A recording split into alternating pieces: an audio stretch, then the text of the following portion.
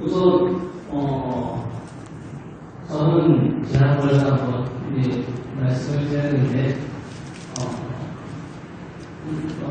이 천세종의 청사공교대학교에 강의를 정하는 기회에 해드리고 이렇게 합니다. 그래서 이제 교수 타이틀이 본의 아니게 부서졌는데 사실은 저는 마포에 BBS 불교방송에 법당이 있어요. 그 법당에 주기조사를 있고요. 요즘도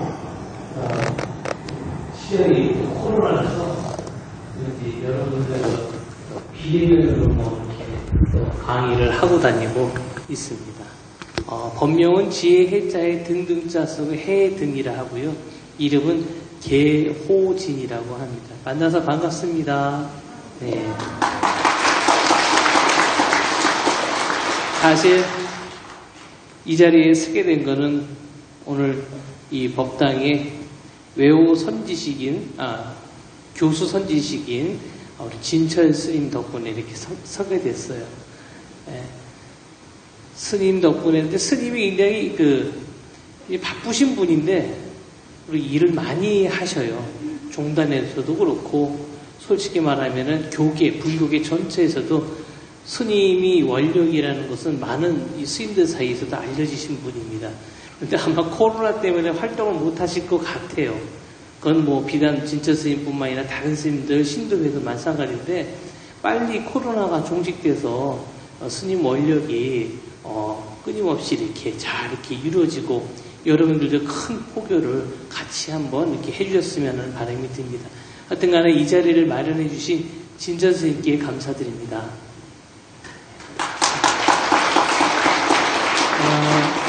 진철 스님이 워낙 바쁘시게 다니시고 사실 원력이 크시기 때문에 이 신도 회장님과 그 이하에 계시는 분들도 아마 힘드실 거라고 생각이 돼요.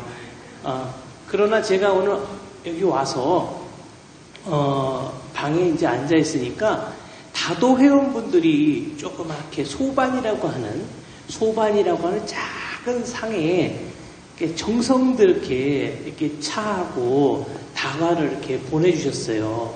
근데 그걸 보고 좀 솔직히 놀랬어요. 왜냐하면은 여기 황룡사는 법이 살아있구나. 원래 그런 건지 아니면 스님 오셔서 그런 건지 여하튼 간에 좀 감동을 받았어요. 자기도 챙기기 힘든 이 진짜 코로나 시대에 이게 객이잖아요. 객한테 이렇게 크게 정성을 이렇게 해주시는 거 보고, 황룡사의 법이 아무리 힘들더라도 아직까지는 살아있구나라는 생각이 들고, 동시에 신도분들에 대한 이 노고에 큰 감사를 드립니다. 자, 오늘 이렇게 서로는 이렇게 말씀을 드렸고요. 제일 먼저 오늘은 제가 이제 다니면서 여러 가지 강의를 해요. 그런데 제가 강의하는 내용은 대부분이 뭐냐면 불교학이 아니고 불교에 대해서 설명을 드려요. 왜냐하면 우리가 불교를 실천하고 배우러 왔지 불교학은 이게 어렵거든요. 학문이니까. 그래서 여러분들한테 불교를 이제 가르쳐 드리려고 합니다. 제일 먼저 여러분들 자리에 앉아있죠? 앉아있는 방석을 우리 불교에서는 뭐라고 할까요? 방석이라고 얘기하지 않아요. 좌복이라고 합니다. 뭐라고요? 좌복. 그러면 여러분들은 살아있는 사람이잖아요. 살아있는 사람이 법당에서 앉아있는 자리, 이 자리를 우리는 좌복이라고 얘기해요. 그러면 죽은 망자, 우리가 잘 아는 영가가 앉아있는 좌복, 자리는 어디일까요? 무엇일까요? 그게 바로 위패예요. 아시겠어요? 위패. 그래서 우리가 누가 돌아가시면 사찰에서 제일 먼저 나가는 게 위패예요. 그 다음에 그 뒤를 잇는 게 영정이에요. 그러니까 이 뜻은 뭐냐면요. 이 앉아있는, 윗에 앉아 계시는 분이 바로 이 뒤에 영정같이 생기셨어요. 라는 거예요. 사실은 영정은 중요하지 않아요. 그래서 우리가 마지막 49제를 지나고 막제를 할 때 위패는 태우지만 영정은 어때요? 3바퀴 돌려서 청정이 한 다음에, 정화한 다음에 집안에 모시거나 제사할 때 또 다시 내우는 거예요. 첫 번째가 위패인데 그거는 뭐다? 바로 영가분께서 앉아있는 자리다. 아시겠어요? 네. 그러면 법당에는 살아있는 분도 계시지만 돌아가신 망자도 계세요. 그 다음에 누가 계실까요? 부처님이 계시죠. 부처님이 앉아 계신 곳을 우리가 뭐라 그래요? 대좌 내지는 연화대라고 얘기해요. 연꽃 모양이잖아요. 예. 이렇게 부처님이 앉아 계신 곳을 연화대, 대좌 이렇게 표현을 합니다. 그러면 부처님의 이름이 앉아있는 곳을 뭐라 그럴까요? 부처님의 명호가 앉아있는 곳. 여기 있잖아요. 나모 대성일로왕보살. 바로 또 여러분 주변에 저렇게 띠로 이렇게 쫙 장엄이 돼 있잖아요. 보이죠? 저 뒤에. 저걸 뭐라 그래요? 번이라 그래요. 뭐라고요? 번. 저 번은 뭐냐면 부처님의 명호를 모신 의자, 좌복, 자리예요. 그러니까 법당에는 손님이 오시면은 아니면 우리가 있는데 다 이렇게 영가나 살아있는 자나 부처님이나 부처님 명호에 의자를 이렇게 내려드려요. 아시겠어요? 자, 그러면 의자들 하나씩 내렸는데 여러분이 보기에 의자가 다 차별이 있어요? 차별이 없어요? 차별이 있죠? 여러분은 무슨 색깔이에요?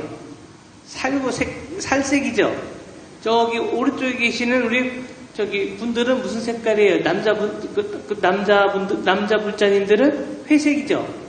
또 스님은 빨간색, 그 다음에 여기는 연화대, 다 다르죠? 예. 근데 실제로 달라요? 안 달라요? 자, 이게 중요한 거예요. 우리 중생의 눈에는 다 달라 보여요. 방석뿐만 아니라 내가 있는 환경과 우리 옆집에 있는 사람 환경이 다 달라 보이고 삼성에 계시는 분들과 삼성에 안 계시는 분들이 달라 보이고 저기 요즘은 우리 국내뿐만 아니라 외국 것도 많이 신경 쓰잖아요. 야, 누가 뭐 비트코인이 올랐대. 주식이 올랐대. 애플사와 테슬라가 회장이 앉아있는 곳이 달라 보인단 말이에요. 달라 보이니까 어때요? 힘들어요. 왜? 나보다 밑에 사람 거를 봐야 되는데 밑에 사람은 안 보고 항상 위에만 쳐다보고 있으니까 다르니까 자괴감이 들고 다르니까 나는 왜 이 모양이지 하고 주변 사람을 뭐요? 탓해요. 요즘 두 가지 현상이 일어나는데요. 코로나 블루, 코로나로 인한 우울증, 또 하나가 있는 게 뭐냐면요. 코로나로 인해서 자꾸 세상이 막 급변하니까 특히 가장 급변한 게 뭐냐면 부동산이에요. 그러니까 부동산 블루예요. 부동산에 의해서 굉장히 마음적으로 우울증이 생긴대요. 그거 왜 팔았을까? 가만히 놔두지. 아씨 그때 샀어야 되는데 안 사갖고 다 산 사람이 있는데 하면서 막 사람을 탓하고 옆에 사람을 탓하고 한단 말이에요. 너 왜 주식 안 샀어? 내가 어제 작년에 사라 그랬잖아. 그러면 안 친단 말이에요. 근데 장점 하나 얘기할게요. 주식하고 부동산은 능력이 아니에요. TV에서 그렇게 떠들고 있지. 주식하고 부동산은 복이에요, 복. 근데 그게 복이 될 수도 있지만 지금 어떻게 돼요? 또 금리가 오르니까 쭉 떨어지잖아요. 그럼 복이 됐다가 재앙이 될 수도 있어요. 그러니까 그런데 신경 써야 돼요? 안 써야 돼요? 쓰지 마세요. 왜 자꾸 신경 쓰느냐? 우리 안목이 자꾸 분별하는 거예요. 다 나보다 잘 사는 것 같아. 다 나보다 잘 나가는 것 같아. 이렇게. 이 분별의 눈을 버리라는 게 부처님의 핵심이에요. 어느 날 부처님께서 싹 오시니까 그리고 이런 법문을 했어요. 세상은 다 평등하다. 이 세상은 다 평등하다. 이 얘기하니까 한 제자가 이래갖고 얘기해요. 부처님 뭐가 평등합니까? 저 옆집에서는 잘 나가는 놈은 저보다 돈도 많이 쓰고 능력도 있고 애들 교육도 잘 시켜요. 그리고 부처님은 저희들 것보다 더 좋은 의자에 앉고 있잖아요. 대연화대에. 저희들은 초라한 첫 껍데기 의자에 앉고 앉아있는 게 다릅니다. 앉아있는 자리가 달라요. 그런 얘기를 하는 거예요. 그러니까 부처님께서 삼매에 싹 드니까 삼매에 들면요. 어떤 현상이 일어나면은 이 주변 사람들의 안목이 다 지혜로워져요. 신통이 생겨서. 삼매에 딱 들어보니까 여기 모든 부처님 제자들의 안목이 밝아져서 더 이상 세상을 분별하지 않게 되는 거예요. 그러니까 어때요? 다 내가 앉은 자리나 남이 앉은 자리나 다 똑같이 보이는 겁니다. 아시겠어요? 비유하자면 저기 동해 서해 바닷가에 아니 인천 저 바닷가에 파도가 막 칩니다. 그 파도가 어디서 왔어요? 그 파도가 어디서 왔어요? 바다에서 왔잖아요. 바다에서 쾅 부딪혀갖고 파도가 일면은 파도는 얼굴 모양도 다르고 큰 쓰임새도 다르고 맑기도 다르고 다 다르죠. 그런데 다시 파도가 다시 어디로 가요? 바다로 가요. 그런 거와 같이 여러분은 뭐예요? 바다에서 나온 파도예요. 근데 그 파도에 차별이 있어요? 없어요? 사실 없어요. 다시 바다로 갈 뿐. 그러니 뭐가 차별이 있어요? 같은 바다에서 나오신 양반들이 그 바다를 우리 불교에서는 불성의 바다, 부처의 바다라고 얘기해요. 그래서 여러분들 하나 각자를 뭐라 그래요? 불자라고 얘기해요. 불자. 불자 들어보셨죠? 불자는 무슨 뜻이냐? 불제자란 뜻이에요. 관세음보살과 문수보살과 지장보살님을 형님으로 따르기 때문에 우리가 그 형님의 아들이기 때문에 동생이기 때문에 동생 제자를 쓰는 거예요.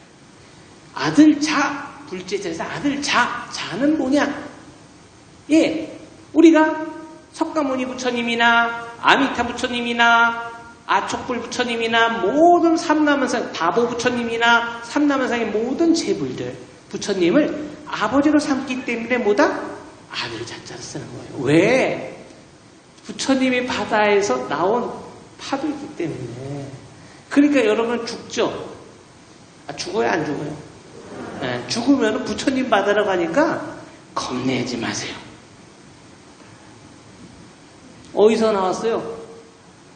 어디서 태어났어요? 엄마 뱃속에서. 그 전에는 부처님의 바다에서. 아시겠어요? 이게 불교인데 이거 얘기하려니까 안 믿어요. 왜 우리가 부처님에서 나왔어요? 우리 엄마 뱃속에서 나왔는데. 안 믿으니까 사람의 수준에 따라서 다 설명을 한 게 바로 84,000본문이라 그러고 84,000본문은 뭐냐면 사람의 종류와 중생의 종류가 84,000가지가 있기 때문에 그런 거예요. 그러면은 핵심을 알아야 돼요? 84,000을 다 알아야 돼요? 핵심을 알아야 돼요. 우리가 저기 학원에 가면은 초등학생들, 중학생들 뭐부터 배워요? 놀러와서 테스트 해봐라. 얼마나 잘하나 보자 해서 상위급이면 상위반에 가서 배워야지. 84,000에서 밑에부터 끝까지 다 배우는 필요는 없다 이거예요. 아시겠어요? 예. 그러면 그 배움을 알기 전에 핵심은 뭐다? 이렇게 우리가 차별해서 분별해서 바라보지 말고 이 세상은 다 하나다라는 게 부처님 가르침이니까 그 머릿속에 놓고 살면은 하나씩 세상에 실마리가 풀어집니다. 아시겠어요? 자, 사찰에 가면 제일 먼저 만나는 게 뭐예요? 일주문이라는 분이에요. 일주문. 저 가보니까 구인사에 가면 일주문이 딱 있잖아요. 저기 상강사에도 일주문이 있잖아요. 일주문을 한단 말이에요. 그럼 일주문은 문짝이 있어요? 없어요? 왜 없어요? 들어오라는 거예요? 들어오지 말라는 거예요? 들어오는 거예요. 근데 왜 문을 갖다 세워놨어요? 하도 안 들어오니까 꼬드기려고 문을 세우는 거예요. 근데 문짝을 안 달아놨단 말이에요. 그 얘기는 뭐냐? 부처 세계와 중생 세계가 하나라는 거예요. 하나라는 거예요. 또 문을 막 거치다 보면 저기 큰 사찰은 불이문이라고 있어요. 둘이 아니라고. 불교에서는 둘이 아니라고 자꾸 얘기하는데 그거를 우리가 이해가 안 되니까. 왜? 항상 분별하니까. 불교의 핵심은 뭐다? 둘이 아니다라는 거예요. 그리고 세상을 살아옵시다. 자, 먼저 우리가 이제 아까 전에 말씀드렸듯이 부처님이 앉아있는 자리가 바로 자리나 나의 자리나 사실은 다 같다. 그리고 절에서는 이렇게 자리를 주고 여러분들이 앉아있는 걸 좌보, 영가들이 앉아있는 거를 어디 영단 위패, 그 다음에 부처님이 앉아있는 데를 연하대, 그 다음에 부처님의 이름이 앉아있는 거를 뭐라고요? 번이라 그런다. 그런데 이 번을 자꾸 왜 얘기하냐면요, 굉장히 소중해요. 우리 영산대제 해보면 스님네들이 큰 번을 들고 가시죠. 이 번에 뭐냐면 부처님의 명호를 쓴 거는 왜 부처님의 명호를 썼냐면요, 우리가 영산대처럼 큰 법회를 할 때는 불상을 모시고 나갈 수가 없잖아요. 그러니까 뭐예요? 야단법석, 큰 들판에 야단 들에다가 단을 세요. 불단을. 그 불단을 세우는데 불성을 못 다니까 뭘 달아요? 이렇게 번을 세운다. 그런데 이런 얘기가 있어요. 여러분, 법원주림이라는 경전에 보면요, 법원주림, 거기 보면 참 재미있고 호기심 많은 얘기가 많이 나와요. 여러분이 좋아하는 꿈에 대해서도 많이 나오고, 얘기도 나오고, 꿈 해몽 이런 거 좋아하잖아요. 그 중에서도 이제 제사에 대해서 많이 나와요. 근데 거기서 이런 얘기예요. 누가 돌아가시면 세 가지를 반드시 챙겨라. 그러니까 여러분들 누가 돌아가시거나 그러면은 사람이 놀래갖고 겨를이 없잖아요. 뭐부터 해야 될지, 초부터 켜야 될지, 향부터 올려야 될지, 아니 경전부터 어떻게 해야 될지, 테이프를 틀어야 될지, CD를 틀어야 될지, 중요한 게 뭔지 모르잖아요. 거기서 이런 얘기를 해요. 반드시 세 개를 갖추세요. 그래요. 첫 번째, 초를 밝히세요. 왜? 초를 밝혀야지 영가가 밝아져요. 마음이. 그러니까 초라는 거는 지혜를 말해요. 그러니까 업에 두터운 업에 쌓였던 영가의 업을 불을 붙임으로써 환하게 만든다. 아시겠어요? 두 번째, 뭘 하느냐? 뭐 하겠어요? 향? 아니에요. 향을 여러분들을 위해서 하는 거예요. 시체 썩은 냄새 날까봐. 냄새 나니까 향을 피우는 거지, 향은 의미도 없어요. 두 번째, 법화경을 독경하세요. 독경이 어려우면은 금강경이라도 하세요.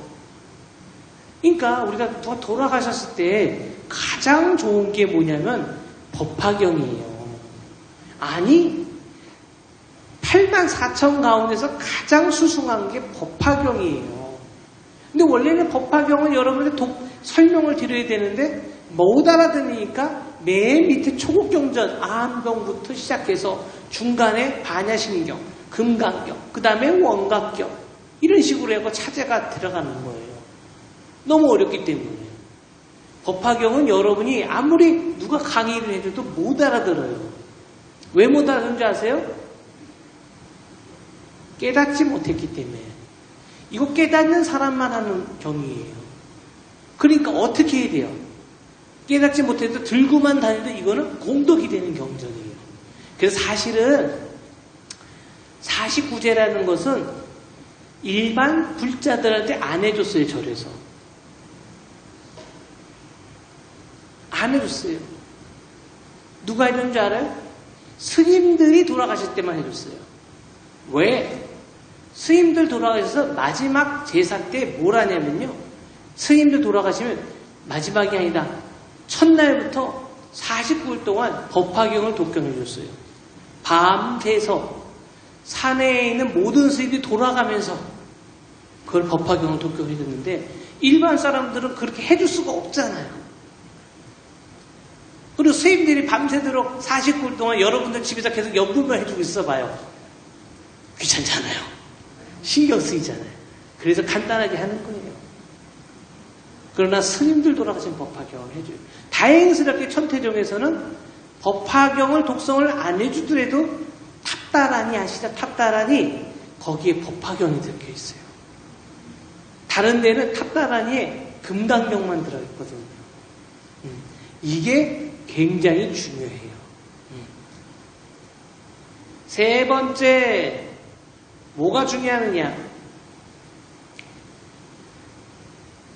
누가 돌아가시면은 저렇게 번을 세우시라 그래요. 번.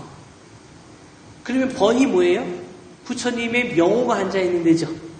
그 얘기는 뭐예요? 부처님이 계신 도량이죠. 병원에 영안이에서 누가 돌아가셨어요. 그럼 번을 세웠다. 그럼 부처님이 계시는 거고 거기는 법의 도량이 되죠. 이런 번을 오늘날에서는 어떻게 하냐면은 여러분들 무슨 동문회가 누구 연간 상가집에 가면 무슨 동문회들 오지. 거기 보면 근조 적혀 있고 무슨 고등학교 동문회 이렇게 적혀 있잖아요. 이게 다 번이에요. 네. 그러나 우리는 불자이기 때문에 이렇게 나무 대성일로왕보살, 나무 아미타불 이렇게 해주는 게 가장 좋습니다. 이런 거 좋아하시니까 하나 더 추가 드릴게요. 사람이 죽을 때, 임종할 때 어떤 마음을 갖느냐에 따라서 다음에 태어날 복이 결정된대요. 이거를 명복이라 그래요. 무슨 복? 명복. 그래서 뭐라 그래요? 누가 돌아가시면 명복을 기원합니다 그러는 거예요. 명복은 뭐예요? 그 다음 태생이 어디 태어나냐가 중요한 게 명복이란 거예요. 그냥 명복을 잘 지으려면 어떻게 하는 게 중요하느냐? 죽기 일보 직전에 마음이 깨끗해야 돼요. 그 죽기 일보 직전에 마음을 깨끗하게 갈고 닦기 위해서 여러분들은 관세음보살을 하는 거예요. 미리 연습하는 거예요. 까놓고 얘기해서 살아생전에 잘 살아서 뭐에 죽을 때 괴로우면은 그래 안 그래요? 네. 살았을 땐 좋겠지. 근데 죽기 일보 직전에는 무서워요. 그래서 관세음보살 연습을 하는데 그냥 남이 하라고 해서 허투루 한 사람들은 이 관세음보살이 죽기 일보 직전에 이게 이 마음이 동하잖아요. 열심히 한 사람은 안 동해요. 그래서 죽기 일보 직전에는 누가 어르신이 돌아가실 때는 그 마음을 안정시켜야 돼요. 그래서 어떻게 하느냐? 스리랑카 아세요? 스리랑카에서는 누가 돌아가시면은 돌아가신 임종을 앞둔 이 사람의 손을 꽉 잡고 자식들이 이런 말을 한다 그래요.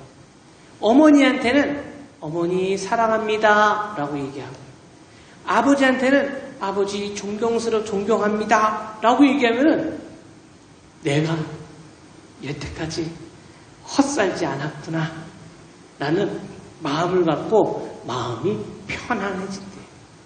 그런데 그런 행위를 안 하고 딱 가서 아버지 그냥 가시면 어떡하세요? 여기다 사인 하나 해주세요. 이러면 돼요? 안 돼요? 아니 아버지 웃겨. 저는 봤어요. 부산에서 절에 있을 때 한번 갔어요. 연제군가? 연산도인가 영도군인가 가서 집에서 돌아가셨어요. 영가를 빡는데 할머님이야. 얼굴이 시뻘겋게 돌아가셨어요. 여러분들은 모르시지만 부산에 제가 절했을 때는요. 일주일에 2번, 3번은 맨날 시달림 갔어요. 1시, 새벽 1시, 9시면 시달림 가면 뭐냐면 죽은 사람 맨날 보잖아요. 그게 탁 보면 탁 답이 나와요. 어떻게, 이 분위기 이상하다. 이런 게. 들어가는 발을 딱 들이대는 순간 느낌이 확 달라요. 아, 여기 지금 분위기 이상하다. 그 얘기는 뭐냐면요. 스님들의 연불책, 여러분들 시달림 가면 스님들의 연불책 쫙 앞에 대놓고, 펴놓고 연불하시잖아요. 근데 40불공이나 예불 때는 안 펴요. 왜? 외우고 있으니까. 그럼 우리가 천도제 때는 모르시기 때문에 외우지 않기 때문에 그걸 펴놓은 게 아니에요. 딱 어디 갔는데 이 집안은 싸웠어. 그 영가가 굉장히 괴로워해서 임종을 하시면요. 연불 딱 하려고 그러면요. 눈에 글씨가 안 들어와요. 내 이름 석자도 까먹어요. 이 얼마나 머리가 아파요. 빨리 나가고 싶어요. 그래요. 저도 가봤더니 그래서 이제 그거 연불 놓치지 않으려고 이 책 보면서 하는 건데 눈도 아릿해져요. 그래서 책을 갖다 놓는 거예요. 외우지만. 그렇게 하고 딱 갔더니 둘이 형제가 재산 문제로 형하고 동생하고 어머니 돌아가신 앞에서 주먹으로 때리고 싸운 거예요. 그 나이가 60이 50이 가까운 양반들이 50 넘은 양반들이 벌겋게 하고 돌아가셨어요. 그 명복이 좋겠어요? 그래서 이런 말이 있어요. 평소에 기도를 많이 해더라도 죽기 일보 전에 마음이 흔들리면은 태어난 곳이 뭐냐면요. 집안은 개판이야. 어머니 아버지가 개판이야. 근데 아이는 총명해. 이런 데 봤죠? 그거는 전에 복을 많이 땄는데 죽기 직전에 우라통이야 묻힌 거예요. 그런데 이런 사람 있잖아요. 아니 평소에 기도도 안 하고 아무것도 안 하는 사람인데 죽기 일보 전에 어디 여기 예를 들면 황룡사 주의스님께서 쓱 오셔서 손 쓱 만들어서 관세음보살 좀 한번 해보세요. 관세음보살 해보세요. 한 4번 따라했어. 그런 사람 다음에 태어날 때 어때요? 집안이 훌륭한 데 태어나. 그러나 아이는 뭐야? 똑똑하지 못해요. 그러니 훌륭한 데 태어나고 지 아이가 똑똑하면은 금상첨화잖아요. 그러려면 어떻게 해야 돼요? 관세음보살을 평소에 많이 해야 되고 죽기 일보 직전에도 마음을 잘 이렇게 가장 좋은 게 스님 초청하는 게 최고예요. 어떤 놈도 죽음 앞에서 무서워요. 스님 초청해야 한다. 법문 들으면. 쓸데없는데 돈 투자하지 말고 주식이나 이런 데 하고 속 터진다고 하지 마시고 복을 짓고 공덕을 쌓고 하는데 하셔라. 아시겠어요? 예, 그래서 번이 중요한 거예요. 자, 그러면 우리가 여러분 앉아있는 의자까지 봤어. 그 다음에 뭘 봐야 되냐면 부처님을 봐야 돼요. 왜 이거 말씀드리냐면 대부분의 사람들이 특히 이렇게 11년 관세음보살을 보면 놀래요. 머리도 많고 손도 많거든. 이거는 제가 한번 설명을 좀 드릴게요. 자, 관세음보살님인데 관세음보살님은 뭐라 그래요? 천수천왕이래. 천수 천왕 관세음보살 마살 들어보셨죠? 저 천수경에 뭐라 그래? 천수 천왕 간자제 보살 강대원몸 위에 대비심된다란 이계청 들어보셨죠? 관세음보살님은 1000개의 손길로 중생을 어루만져 주시고 관세음보살님은 1000개의 눈길로 중생의 마음을 살펴준다 이거예요. 그러니까 우리가 아이를 키울 때 아이 하나 키울 때 손하고 눈길이 얼마나 가요? 아이 하나 키울 때 손길도 많이 가고 그래서 엄마들이 힘든 거 아니에요. 그렇다고 저기 놀이터에 놀게 내버려두면 눈이 거기 안 가 있겠어요? 말은 옆에 쌓아먹어가지고 눈은 저기가 있지. 애가 둘 생기면 죽어나는 거예요. 애가 셋 생기면 하나는 포기해요. 애가 넷 생기면 큰 놈이 막내를 봐야 돼요. 둘째는 알아서 해야 돼. 이렇게 되는 거예요. 그런데 관세음보살님은 법화경에 뭐라고 나오냐면은 100천만억 중생들을 살핀다 이거예요. 1000개라는 거는 숫자 1000개가 아니고 100천만억이에요. 그런데 이 100천만억 중생들이 스타일이 같아요? 달라요? 달라요. 여러분들 까놓고 얘기할게요. 남자 스타일하고 여자 스타일하고 달라요. 또 한 번 얘기할게요. 70대하고 80대하고 달라요. 20대하고 30대하고 달라요. 같은 30대라도 아직 결혼을 안 하신 분, 그리고 결혼해서 육아를 한 사람하고 달라요. 같은 30대 남자라도 현재 취업준비생과 어디에 취업되었고 잘 다니고 있는 놈하고는 달라요. 너무 달라요. 세상이. 그렇죠. 이 다른 놈한테는 각자 그 스타일에 맞는 방법으로 교화를 하겠죠. 그래서 그 방법들이 이렇게 손이 이렇게 많은 거예요. 여기 몇 개 있게요? 여기 20개 있어요. 오른쪽에 몇 개 있게요? 20개 있어요. 그래서 여기 20개, 여기 20개 해서 40개가 있어요. 앞에 나 툭 튀어나온 손이. 그냥 되냐고요. 아까 얘기했죠. 방법이 중요하다고. 그러니까 방법들은 손에 다 이렇게 여러 가지 방법들을 다 들고 있어요. 이 지물이라 그래, 이거를. 그리고 손가락을 딱 폈더니 여기 뭐가 있어요? 눈이 달려 있어요.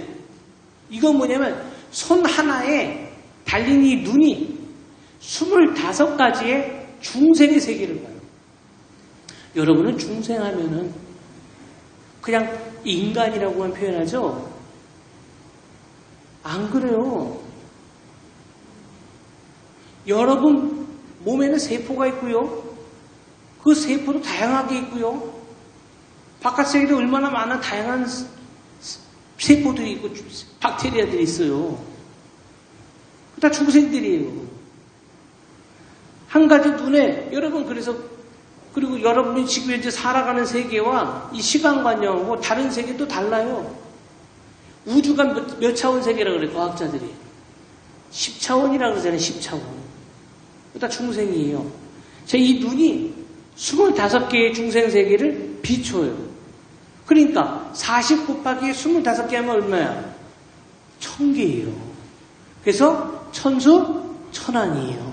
이 뒤에 보시면 벽화에 보시면 손들 많죠. 저게 1000개나 되는 거예요. 1000개. 천수천안. 1000개와 손길과 1000개의 눈길로 중생을 제도해 주신다. 그런데 어떻게 관세음보살께서는 제도를 해 주시냐? 여러분들은 입으로 이렇게 촥촥촥 엄마들은 아빠들은 아이를 제도할 때 뭘로 합니까? 입으로 해요. 야 이놈아 스마트폰 보지 마 이렇게 해놓고 본인이 스마트폰을 봐요. 그러니 그 아이가 엄마의 모습을 보고 뭐라고 생각하겠어? 자기는. 관세음보살님은 여러분들한테 쫑알쫑알거리면서 잔소리합니까? 안 하죠. 그런데 여러분들은 왜 관세음보살님을 좋아할까요? 이 양반은 말로 안 합니다. 행동으로 보여줘요. 저기 우리 보면은 주련의 사찰에 주면 관세음보살에 대해서 이렇게 얘기합니다. 백이관음 무설설 남순동자 물물물 병상농약 삼재야 안전지주 시방중 고아일심 김영예. 아마 우리 연불하시는 거사님은 아실 거예요. 관음청할 때 나오는 가영에 나오는 단어죠. 백이관음 무설설 백이 관세음보살께서는 설하는 바 없이 법을 설한다. 그러니까 이걸로 안 한단 말이에요. 행동으로 보여준다는 거예요. 남순동자 불문물 듣는 선제동자는 또 관세음보살이 설하는 바 없이 법을 설하듯이 듣는 바 없이 법을 떠난다. 이렇게 법을 나눠야 돼요. 그 얘기는 뭐냐? 세상의 모든 철학과 사상은 이렇게 얘기해요. 정의는 무엇이다라고. 정의는 이것이다라고 규정을 한단 말이에요. 여러분들 그렇죠?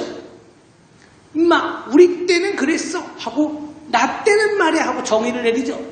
그게 나 때예요. 근데 맞아요. 여러분 때는 정의야. 그러나 지금은 아니에요. 문자로 된 정의 그리고 어디 특화된 정의는 부처님께서 얘기하십니다. 정의가 아니다. 정의는 어떤 사람한테 어떤 환경에서 어떤 시대에서 적용하느냐 다르다. 그러니 우리는 진리를 고정하면은 인생이 힘들어지는 거예요. 중2병의 정의는 달라요. 며느리의 정의와 시어머니 아버지의 정의도 달라요. 그럼 이 상충되는 정의들끼리 화합을 하려면 어떻게 해야 돼요? 내 정의를 버려야 돼요. 다른 사람의 정의를 수용해야 돼요. 관세음보살님은 설하는 법 없이 법을 설하셔요. 그러니 관세음보살님이 후지면서 여러분의 정의를 받아주잖아요. 그게 진짜 정의예요. 받아주는 게, 내 거를 주장하지 않는 게, 그럴 수도 있다라고 하고 그 사람을 포용하는 게 진짜 정의라고요. 아시겠어요?